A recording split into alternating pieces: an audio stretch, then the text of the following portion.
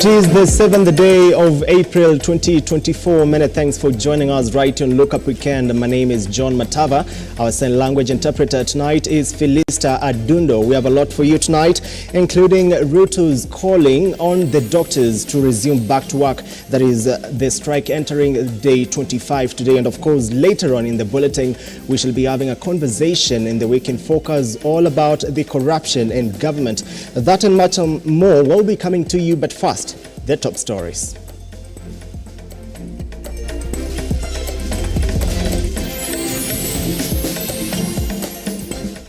Tonight on Look Up Weekend, President William Ruto calls on doctors to resume work, saying the government can only pay intern doctors 70,000 Kenyan shillings.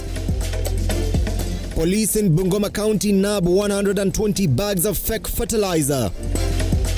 And at least 138 people displaced following the demolition of their houses in what they say is a government operation. Many thanks for joining us from wherever you're watching from. You can be part of the conversation by engaging us on our socials at Lookuptv. President William Ruto has appealed to doctors on strike, urging them to return to work and accept the government's proposal to employ intern doctors. Ruto underscored the constraints faced by the country, emphasizing the inability to increase wages due to limited resources. He emphasized the necessity for prudent resource management rather than resorting to borrowing to meet wage demands. While attending Sunday service at Eldoret AIC Fellowship Church, the head of state stated that the country is annually spending 1.1 trillion Kenyan shillings out of the 2.2 trillion collected for the payment of salaries and wages, promising to hold talks with the cabinet to reduce the budget from 4.2 trillion Kenyan shillings to 3.7 trillion so that the country lives within its means. About 10 days ago, I called the whole of government and we agreed that we must live within our means. We're going to reduce our budget from 4.2 trillion down to 3.7 trillion so that we can live within our means. At the same time, President Ruto unveiled a significant government initiative revealing plans to provide a stipend of 70,000 Kenyan shillings for 1,500 interns annually, adding that all intern doctors will be absorbed in terms that the government has offered. This stipend will be extended for a year with the promise of subsequent employment. We mind about them. We value the service they give to our nation. But we must live within our means. The resources we have are only sufficient to pay 70,000 shillings for intern doctors. It is not a salary, it is a stipend for only 1 year, and then they will be employed. And we want all our doctors, all our doctor interns to be taken in, and that is why we are going to spend the resources that we have to make sure all the 1,500 plus or minus doctors, all of them are absorbed at once. Furthermore, the head of state affirmed that under his leadership, the country was heading in the right direction towards economic recovery and vote continue making decisions that benefit all Kenyans. Prices of food items have come down. Our dollar situation has improved.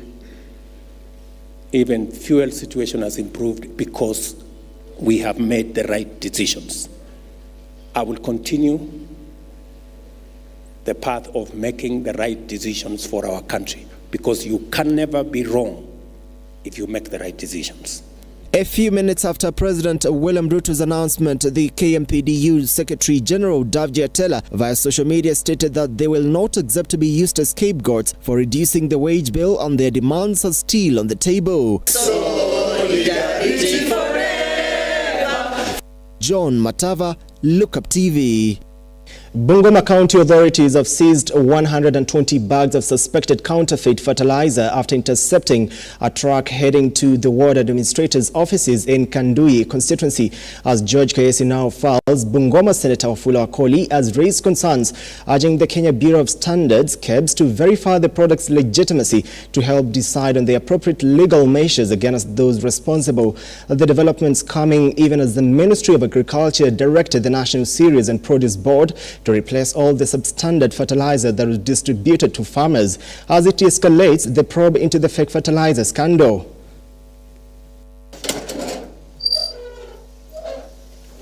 As investigation into the distribution of fake fertilizer continues to gain momentum, Bungoma County Police are holding this truck believed to be transporting 120 bags of counterfeit fertilizer toward administrators' offices at Kandui for distribution to farmers in various parts of Bungoma County. Senator Afula Okoli of Bungoma County expressed his worries regarding the regular transportation, repackaging and transfer of the fertilizer in question. Wakulima wa Bungoma na washikadau vile vile walipasua mbarika wakasema mbolea ambayo tunaiona si ya kawaida. Mumejionea gunia limefunguliwa, magunia mbolea iliyomo ina unyevunyevu. Na iwapo mbolea hii ina unyevunyevu kabla kutumika kuna dosari. Okoli pointed out that the delivery occurred over the weekend without the ministry's knowledge, which was direct violation of the government regulation. The transfer of the fertilizer from the truck at a petrol station raised suspicions among the local residents. Vile vile jambo ambalo liliibua shauku ni kwamba mbolea hii ililetwa Jumamosi, majira ambayo kwamba ofisi za serikali zimefungwa. Haya ni mambo ambayo huibua shauku miongoni mwa wakulima na miongoni wa washikadau wa ukulima katika kaunti ya Bungoma.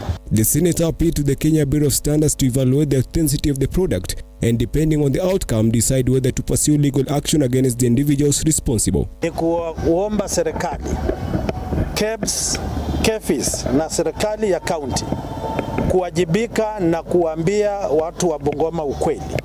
Utafiti wa kina ufanywe. Mbolea iliyoletwa pasipo kujua kwa waziri. Nimeongea na waziri fedha asubuhi, akasema hakujuzwa kwamba mbolea imekuja Jumamosi. Hii inadhihirisha kwamba palipo na moshi pana moto. Jeff Wilson Muraya, Bungoma South OCPD, confirmed the incident, further emphasizing that the impounded truck remains a crucial piece of evidence as investigations are ongoing. Agriculture Principal Secretary Paul Rono confirmed plans of thorough scrutiny of the entire fertilizer supply chain, warning of tough legal action against those found culpable. As Director of Criminal Investigation on Saturday, summoned businessman Josiah Kimani Kariuki to answer queries over the fertilizer saga. George Kayesi, Look Up Weekend. Many thanks, George Kayesi. At least 24 households, translating to 138 individuals, have been displaced across 4 villages in Samburu East following a government operation. The operation, which kicked off at 5 a.m. Sunday morning, left residents in disbelief as they watched their property being destroyed helplessly. Martin Masharia with more.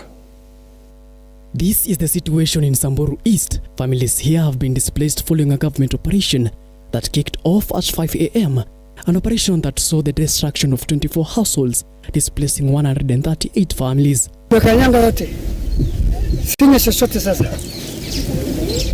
Expressing outrage, Andrew Liasereu, as Riolipi elder, condemned the government's action, calling for intervention from human rights organizations. Lakini watu wale athiriwa ni watu 138. Lakini kulingana na haki ya binadamu, watu serikali ile iliharibu hiyo manyumba, hawa watu wanataka msaada.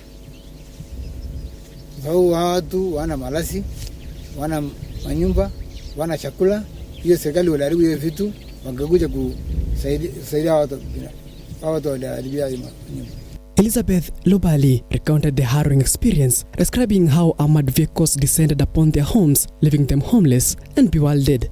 She highlighted the mistreatment by security personnel, including physical violence, which resulted in injuries requiring medical attention. Lobali pleaded for urgent assistance, emphasizing the desperate situation faced by families forced to endure the cold without adequate shelter or food. Kifaru walikuja kubomoa manyumba na hatujui makosa ya nini walibomoa manyumba serikali. Sasa hatujui mpaka kwa leo, hatujui nini ndio tumekosea. Na walikonga watu, walichapa watu, wengine wako hospitalini. Sasa tunataka basi kusaidiwa, hatuna manyumba, hatuna mahali ya kulala. Tunakaa tu nje, baridi imetumaliza sisi, hatuna chakula. Na tuko na watoto wadogo watumilisa kwa baridi. Mmoja amepelekwa hospitali, alikuja walichapwa, sasa wako sawa hospitalini na hatujui sawa akaje. Lekalei Lenyaura shared a similar tale of terror, recalling how families were rudely awakened by the sounds of destruction as the armored vehicles demolished their homes. The devastation was comprehensive, with personal belongings including books and even livestock destroyed in the kills. Lenyarua criticized the government's action, describing them as a form of molestation against innocent civilians. Kufuru utaingia nyumbani, hakuna makosa. Amekanyanga watu yote, hata chakula ya watoto. Hapo kwa nyumbani hakuna kitu. Hata koko yangu amekufa, amekanyanga. Hata mali yangu yote amekanyanga. Serikali utasaidia mimi, kumbe utakanyanga tena. Hiyo ni mbaya. Martin Masharia, Lookuptv.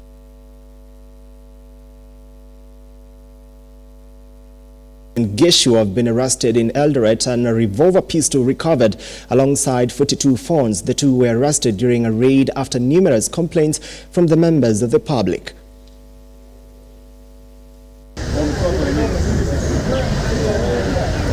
"42 phones, a motorcycle and a gun are on display after they were recovered when two thugs reported to have been terrorizing Eldoret residents were arrested. The whole of last week tumeweka vijana wawili kwa rada ambaye walikuwa wanasumbua wananchi, especially wale wananchi wanakimbia asubuhi, wale wako wanajog, wale wako kwa morning run asubuhi, na sana ilikuwa ni area Elgon View na area ya Naiberi. So leo tumeweza kuwafuatilia kutoka hiyo area ya Naiberi mpaka mahali tumewapata, na tumewapata wakiwa armed na bunduki ambayo imekuwa identified na wananchi. Wakati wananchi wanaripoti kwetu, wana describe bunduki ambayo inakaa kama hii yenye tumepata leo. Pia sura zao, kwa sababu tulikuwa tumesipata sina correspond na zile sura ambayo tumetangaziwa na members of the public. According to police commander in Uasin Gishu, Benjamin Mwanthi, the two were arrested during the raid after numerous complaints from members of the public. Niseme kwamba hii vijana ni wageni, wametoka upande sa Nairobi na wamekomboa lodging, walikuwa wanakaa mahali wamekomboa nyumba ya kukomboa tangu mwisho wa mwezi wa 3 mpaka wakati huu ndio pengine waweze kufanikisha hiyo uhalifu yao. Mwanthi is now urging members of the public to come and identify their properties at Eldoret police station. So tuko nao maambusu wale wawili ambao wamekuwa kiiba, na tuko pia na mwenye amekuwa akinunua hizo vitu.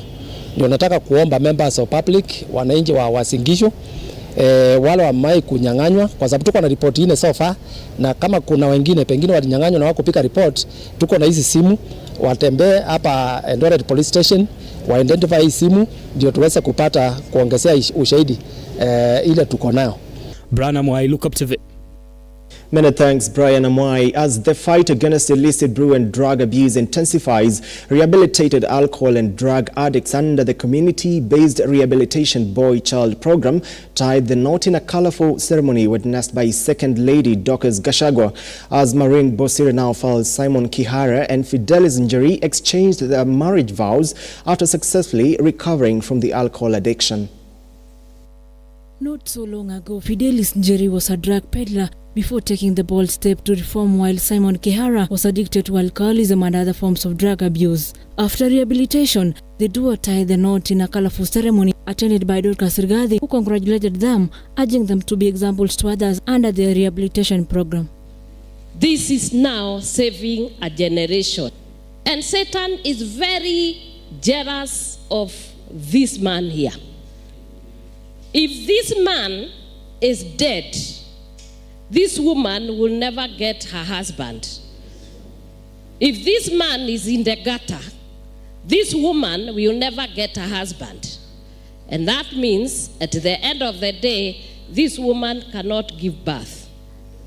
And that is the tragedy of what is happening in our country. Dorcas called on the society to embrace those who have been rehabilitated back into the society, urging the society to embrace community-based rehabilitation while calling on those battling addiction to take up the rehabilitation programs, adding that the community-based rehabilitation programs has been running under our office in collaboration with the religious bodies, NACADA, and other community-based organizations. The Boy Child program was meant to make sure that we get our boys from drug and alcohol addiction.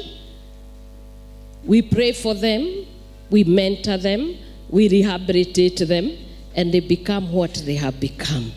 The wedding was presided over by Reverend Winnie Ndongo, who has also been part of the rehabilitation program, adding that the program has helped youths through counseling services from health officers and spiritual uplifting. This program has helped vijana sana.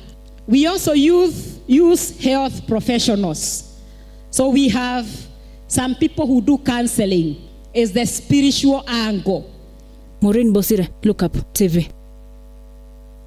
Business communities across the country will soon enjoy a standard process of acquiring business licenses if a new bill in the Senate and the National Assembly is passed. The County Licensing Uniform Procedures Bill of 2022 seeks to establish standard uniform procedures for licensing by the county governments, which is likely to enable business plans around the set policies. This bill will also be of more help to businesses, people who have outlets in different counties, since the process in each county will be the same.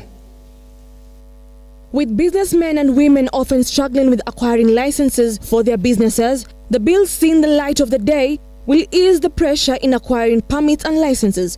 Speaking to the press after a public participation exercise in Garissa, Gishugu MP Robert Githinji noted that the bill does not go to the specific businesses for the licenses but creates a standard guideline on how the process will be. No, this bill is not specifically addressing issues of licensing of a particular product. It's not specifically addressing the issue of licensing beer or drugs or alcohol.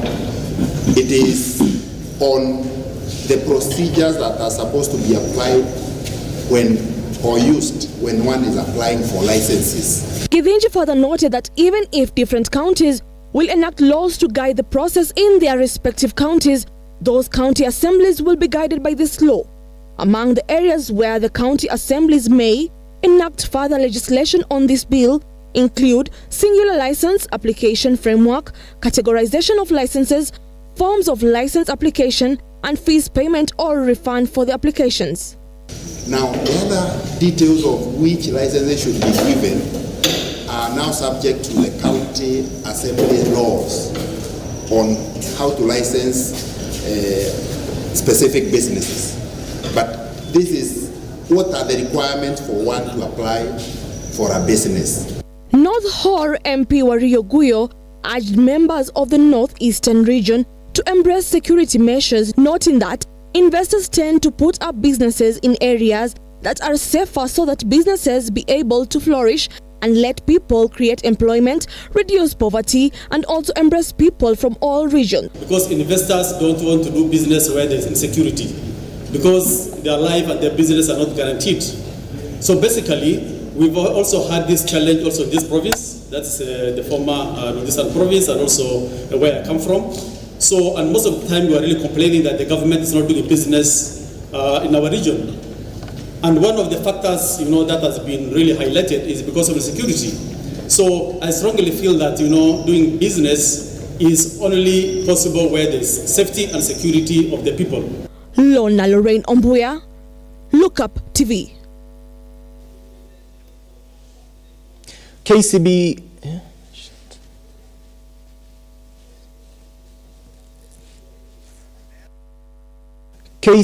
RFC has now shifted their focus to the Enterprise Cup tournament. This comes after losing out on the 2023-2024 Kenya Cup title to the ARC rivals Kabras Sugar 29 points to 5 yesterday at Kakamega Showgrounds. The Bankers will take on Catholic Monks in the round of 16 at the KCB Sports Club, Ruaraka, on April 20th, 2024. KCB last won the Enterprise Cup tournament in 2017 after defeating Kabras Sugar 27 points to 23 in the cup finals.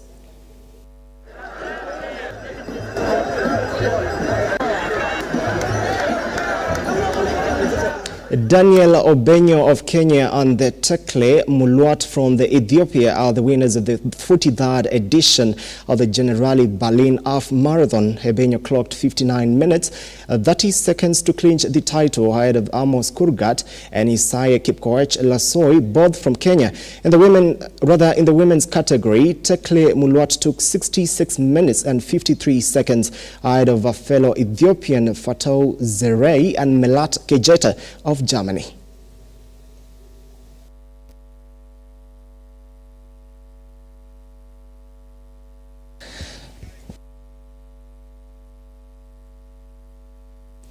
You are now up to date at exactly 22 minutes past 9 p.m. We are off for a break. We'll be coming back on, of course, the discussion tonight on corruption in government. Stick around.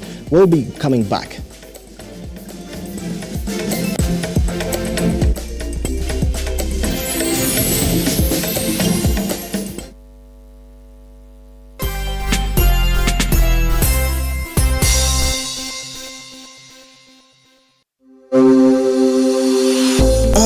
University of Kenya, which was chartered on the 3rd of August 2023, aims to revolutionize higher education by breaking down barriers such as cost, previous exam grades, and geographical location through online open learning at the comfort of your home, job, etc., thus ensuring accessibility to education for all members of the society. In a nutshell, Open University of Kenya leverages technology to deliver education. Open University has brought a new dawn in the Kenya education system, where learners are able to access education in a flexible, affordable, and all-inclusive.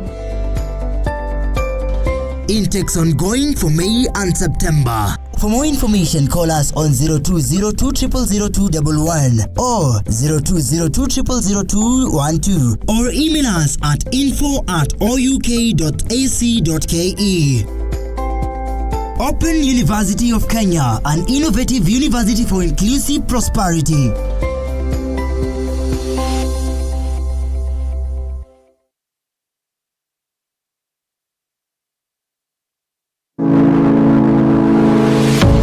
University of Nairobi is a distinguished institution of higher learning dedicated to nurturing your intellectual curiosity and pushing the boundaries of knowledge. From state-of-the-art laboratories to modern libraries equipped with the latest resources, we provide you with the tools you need to succeed. Choose from a wide range of programs designed to prepare you for challenges of tomorrow's world. Whether in STEM, humanities, business, or the arts, our strong industry connections and career service support will help you translate your education into meaningful career opportunities upon graduation. Join a vibrant community of scholars from around the world, fostering cultural exchange, collaboration, and lifelong friendships. Book your space now for September intakes. Log in to https://www.uonbi.ac.ke for a wide range of courses to choose from. You can also contact +254 020 491 0000 or email us at pr@ounbi.ac.ke.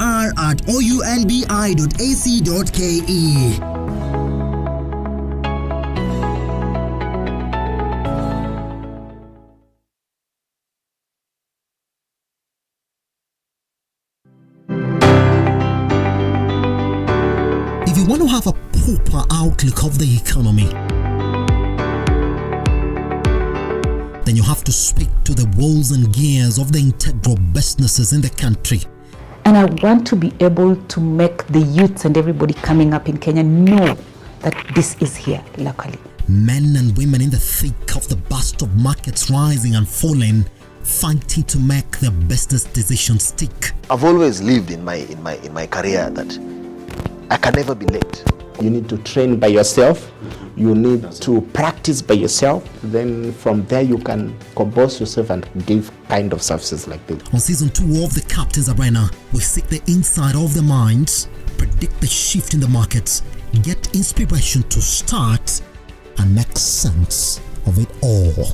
Just watch what everybody else is doing and just make sure you're giving back to the society. This is the Captain's Arena.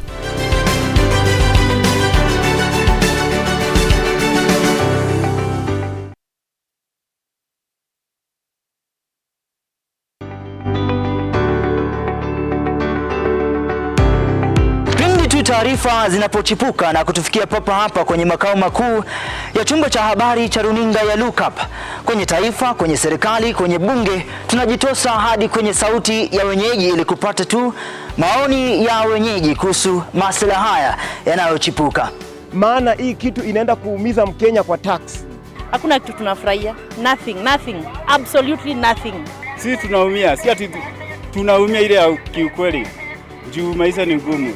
Na bila shaka tunapata maoni yao ili sauti yao ipate kusikika.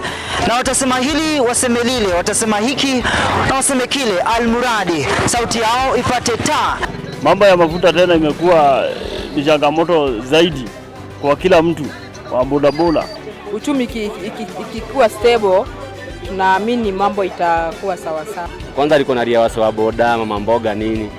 Hao sasa ndio wamefinywa zaidi mazuri.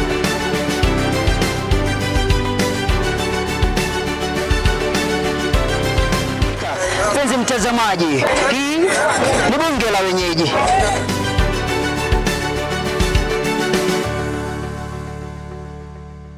Are you an SME looking for a media partner? Look no more, as Lookuptv got you covered for all your visibility and marketing needs. We at Lookuptv understand your business needs and want to work with you on your marketing journey, giving you solutions that will take you to the next level. Call us today on 0707 572 358 or send an email to sales@lookuptv.co.ke and kickstart this amazing journey. Welcome to Lookuptv, your official SME media partner.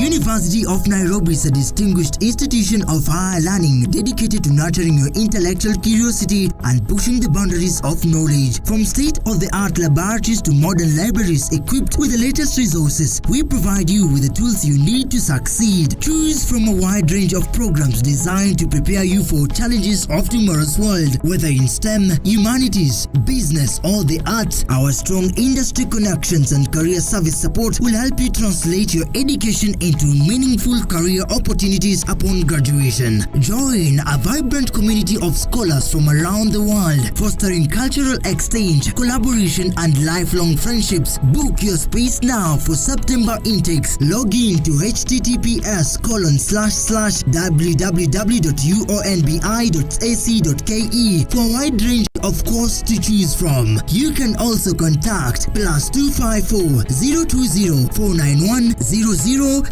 or email us at pr@ounbi.ac.ke.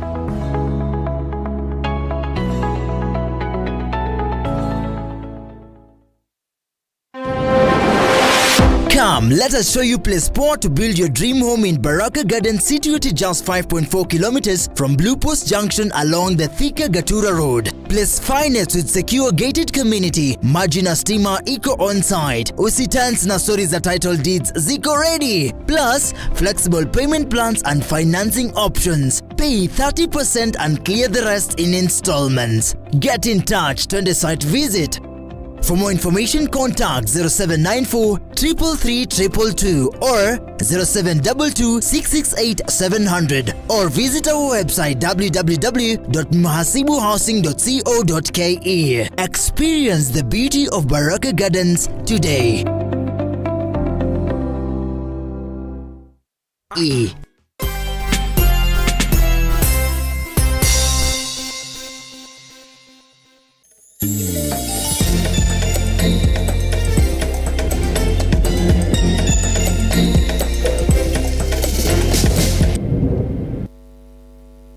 Many thanks for joining us right here on Look Up Weekend, and of course you're just in time for the Weekend Focus that comes to you on every Sunday at 9 p.m.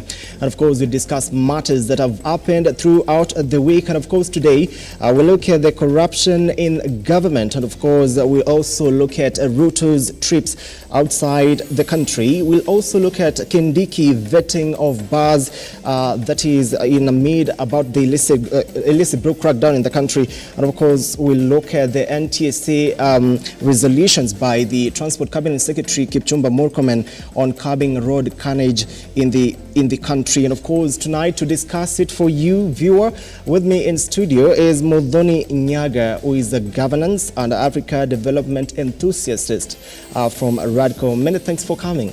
Thank you so much for having me here, Mataga. Thank you. Great. Yeah. So we'll be coming to you and of course shining some more light on the corruption in the country and what EACC has been able to do so far. Before that, we look at a new report just on the corruption in government, a new report compiled by the Ethics and Anti-Corruption Commission, that is the EACC, detailing how deep-rooted corruption is in the country, reveals that the average bribe paid by ordinary Kenyans for services, whether at government ministries, the county government, or even other state agencies, now has gone up from 865 in 2022 to 11,625 in 2023. This means on average, the report shows services seekers paid the largest amount of bribe at the National Transport and Safety NTSA, and then again, which amounted to 81,801 shillings. Then the Judiciary, service providers, rather service seekers, paid 49,611 Kenyan shillings. And of course, the third ranked corruption space is the Kenya Bureau of Standards, where a service seeker would pay 40,000 Kenyan shillings. Now, in a decisive move to tackle the rampant corruption in the country, the government has intensified efforts by closely monitoring senior officers' accounts and assets as well. Just according to the head of public service, that is Felix Kosgei, more than 25 billion Kenyan shillings of money lost to graft cases have hampered service delivery in the country. And of course, now shifting to the President William Ruto's trips, the President William Ruto has continued to clarify that his much questioned frequent trips abroad have attracted ridicule from a section of Kenyans. And Ruto reiterated that his numerous state visits are for benefit of Kenya's growth and should be not misinterpreted as luxury excursions. Now, since taking office in September 2022, President Ruto made about 50 journeys abroad. This is an average of more than 3 trips a month, comparing to his predecessor, President Uhuru Kenyatta, who on average made 1 foreign trip in a month during his tenure. All this said, Ruto says that the trips will now see more Kenyans leaving to work abroad due to the bilateral agreements, of course, he has managed to ink, a move he believes will cure the ballooning unemployment levels in the country.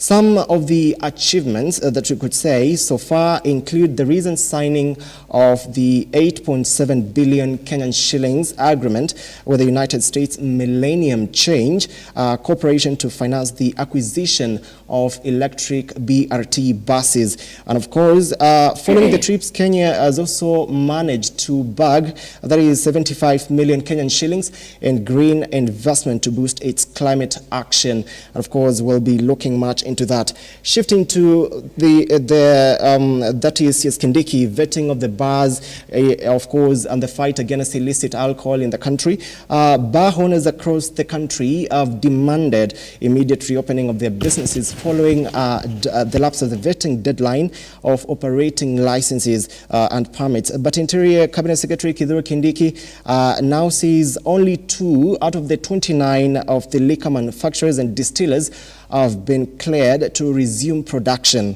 This means that 27 manufacturers and distillers will not resume operations as they failed the vetting test.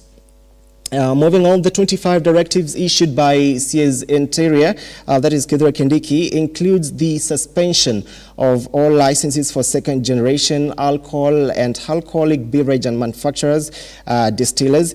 And again, it consists of all existing valid licenses will be vetted afresh within 21 days. And of course, we've seen the bar owners now calling him on to act up with speed.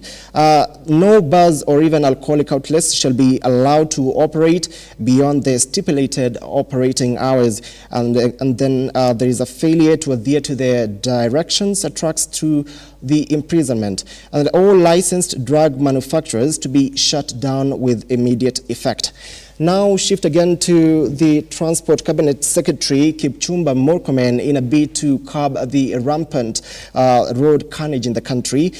He says that he has implored Kenyans to be patient, that the Ministry of Transport works to curb the rising number of road accidents.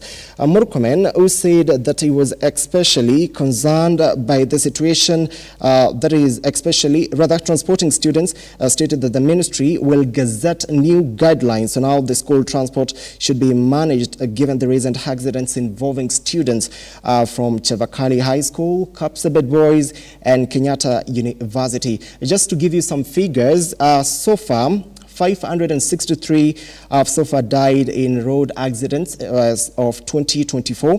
And then pedestrians lead in fatalities with a total of 216 cases now compared to 163 recorded last year in 2023. Motorcyclists recorded 140 deaths, representing a decrease when compared to 151 recorded in 2023. Now, the World Health Organization estimates that over 1.35 million deaths, annually, they occur due to the road accidents in the country. And of course, we'll be looking much more stories into that. Now, on the discussion in the corruption in the government, we talked to Modoni Nyaga, who is the governance and Africa development enthusiast at Radco, and of course to shine some more light what this really means and what the government has been able to do if caught in the wrong side of the law in terms of corruption is concerned. Many thanks for joining us. So far, the status of corruption in the country continues increasing. Not forgetting, since the country, we got independence from our founding fathers, that is Jomo Kenyatta, all the way to Mwai Kibaki era, all the way to Moi era. We've seen cases of corruption not once, not twice. But so far, how could you attribute with the recent status in the country? Thank you so much again for having me here. Now, it's unfortunate that we are, over 50 years down the line after independence, you're still losing billions. You are talking in the level of billions of Kenya shillings being lost through corruption and corrupt practices. And yet, the prosecution cases that we have had for corruption, no mega corruption case that has been done in Kenya so far. So it is a very unfortunate situation we are in as a country.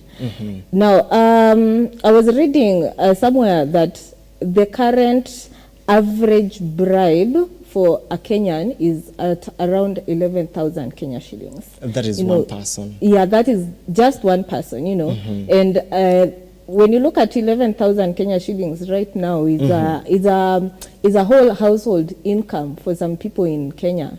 So it is a very unfortunate situation. Now, going into the many forms of corruption that we have in Kenya, some of them, the most highest form of corruption in Kenya is bribery.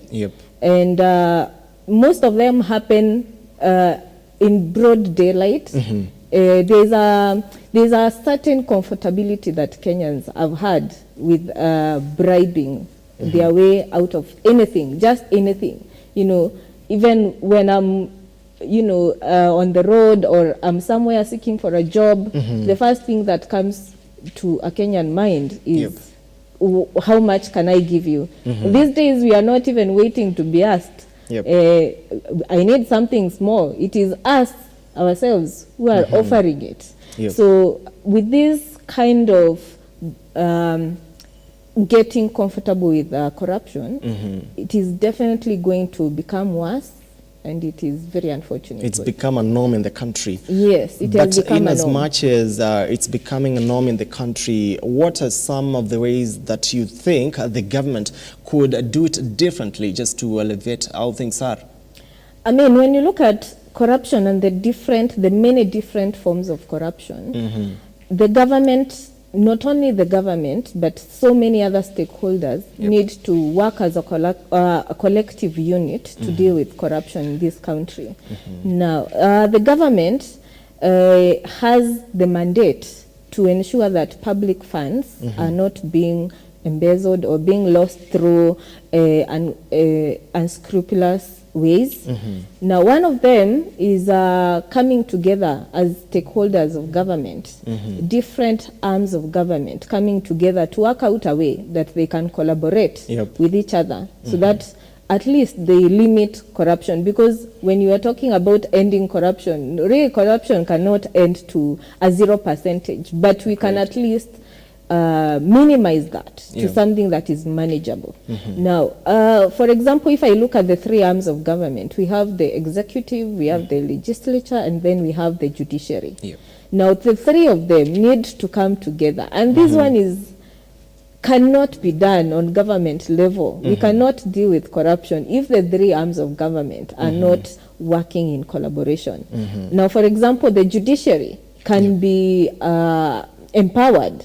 The judges can be empowered. We can employ more judges. We can build more courts, you know, to deal with, to expedite corruption cases. You just mentioned something to do with the judiciary, but do you think with the current situation, the judiciary is really independent in terms of discharging its duties as mandated by the Constitution?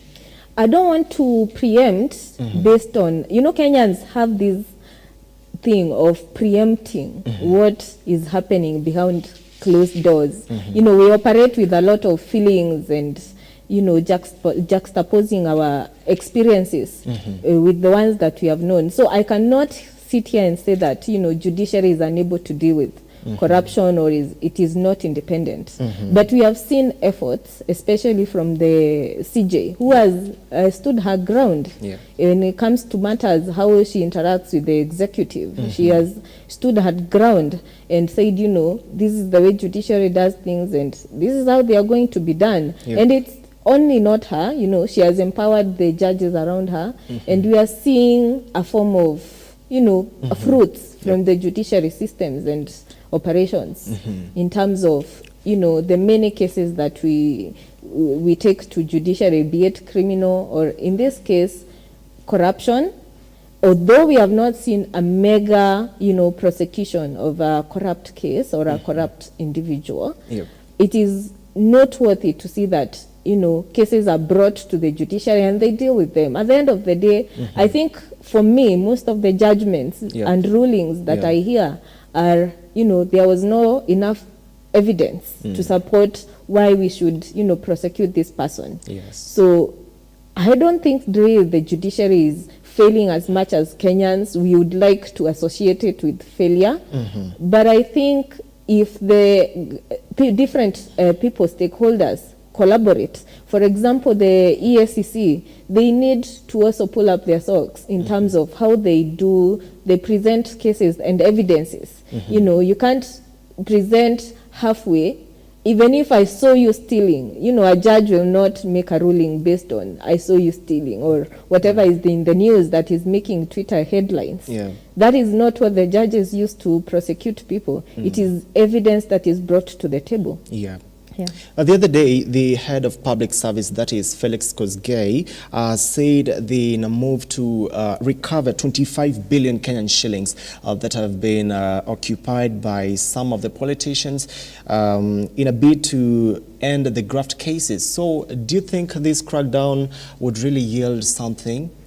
Yes, there is I don't know, it was maybe some 2 weeks ago or maybe last month, I can't remember, but there is a certain politician who is whose personal properties have been, you know, frozen and the concerned parties are trying to recover wealth. Yep. So I think it will work as long as there is willingness for all stakeholders to work together, because the peers can stand today and say or the public service chair can stand here today and say this amount of money has been lost and we know who stole it, but without a proper due and diligent court process, then there's no way you can recover that money. So I still insist on all stakeholders working together, to bring to recover the money.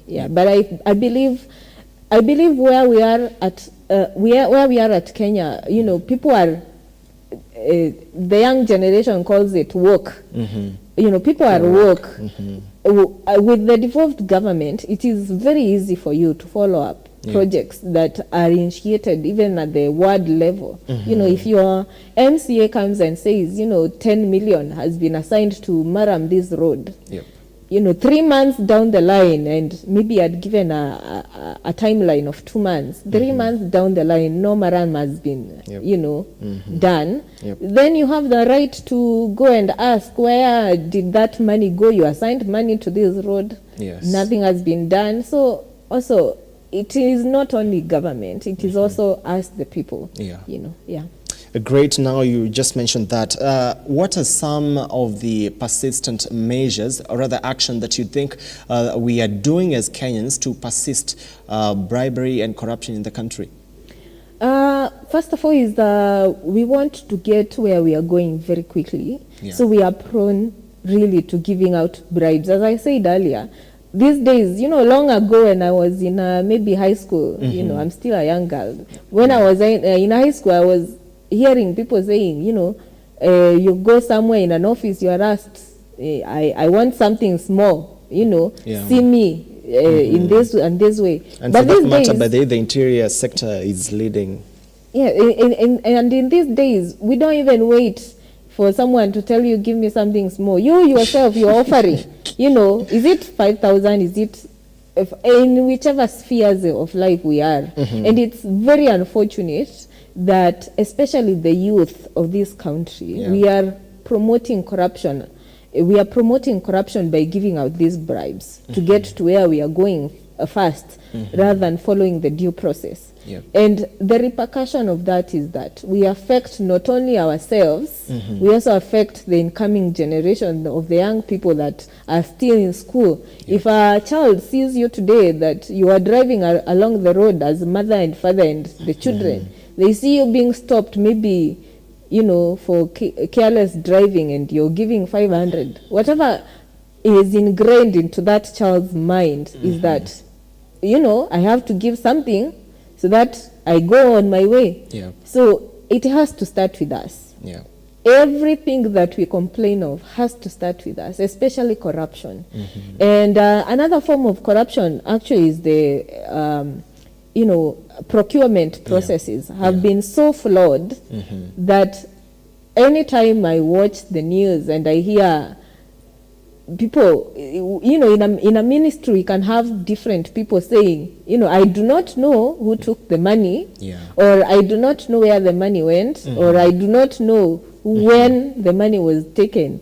That puts to question, are people really doing their work that they are supposed to do? Because in all sense, they are letting down the president, who has tried very much to try and ensure that things actually get done on the ground, not only on TV and in manifestos. So Great. Now, with the corruption and many cases of graft cases being a backlog in our courts, how do you think this is affecting the economy of the country? Of course, there is a backlog, a huge backlog in judiciary. I once worked for judiciary, and I know there is a huge backlog, and there is no manpower of judges and magistrates to deal with the very many cases of corruption. And I would like to first of all say that when we hear the word corruption, it does not only mean 20 billion lost, 4 billion lost. No, it also means that 100,000 Kenya shillings that you gave, and maybe someone booked you in a police station, and now you are in court. Also, those cases are also part of the backlog. Now, how does it affect our economy? For example, I can allude to the fact that we have around 600 counties have around 630 million Kenya shillings in pending bills. And if you go to governors, most of them are saying, these are ghost projects. We do not know what the former governor did, or even if the governor, their former even regime. If when the governor is the one that was still there, they are saying, I do not know where these bills are coming from. Then it shows you that somewhere the system is flawed. And as a country, we need to take it serious. We need, from the exchequer, wherever your money is coming from, if it is the treasury, and if it is from the control of budget to the auditor general, we need to have clear cut, that the money went from here, it was approved by this one, it landed into this bank account, who is in control of this money while it is in this bank account, who gets paid for what, how did they deliver? Can I go to the ground, to the villages and see, this is the road that this money went to. So if we don't clear up how money is used in this country, if we don't have a goodwill to clear those systems, then we cannot even account, because we keep blaming each other. No, I do not know where this money, I back and forth. Back and forth, and it's very unfortunate. It is very unfortunate. And then, what are some of the strategies that you think the government could employ to really reduce the menace? Some of the strategies, as I said, it is collaborating with other stakeholders in dealing with corruption. For example, and I am glad the president, President William Ruto, the first action he did when he took the oath of office was to, signing the judges that the former regime had refused in the wake of, having no even enough manpower in the judiciary corridors. Now, I think more courts need to be established. People need to feel that justice is nearer them and they can access it. Apart from the judiciary level, then we also need where there are stringent measures by the government itself to check its workers and public service people who are charged with handling public money.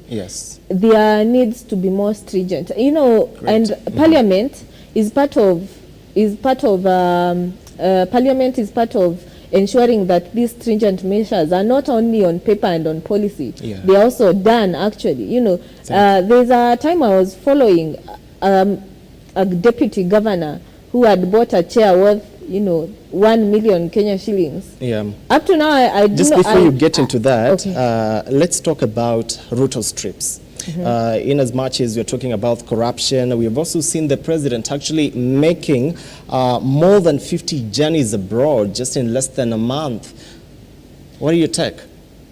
As a development student and a person who wants to be an expert in analyzing development, one thing I can tell you is that countries do not survive alone. No country is a loner, okay?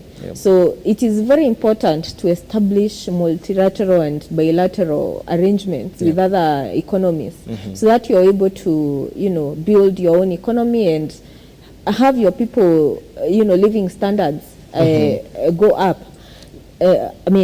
Come down. Now, when Ruto goes to these trips, what would you say we can really say it has impacted from the trips?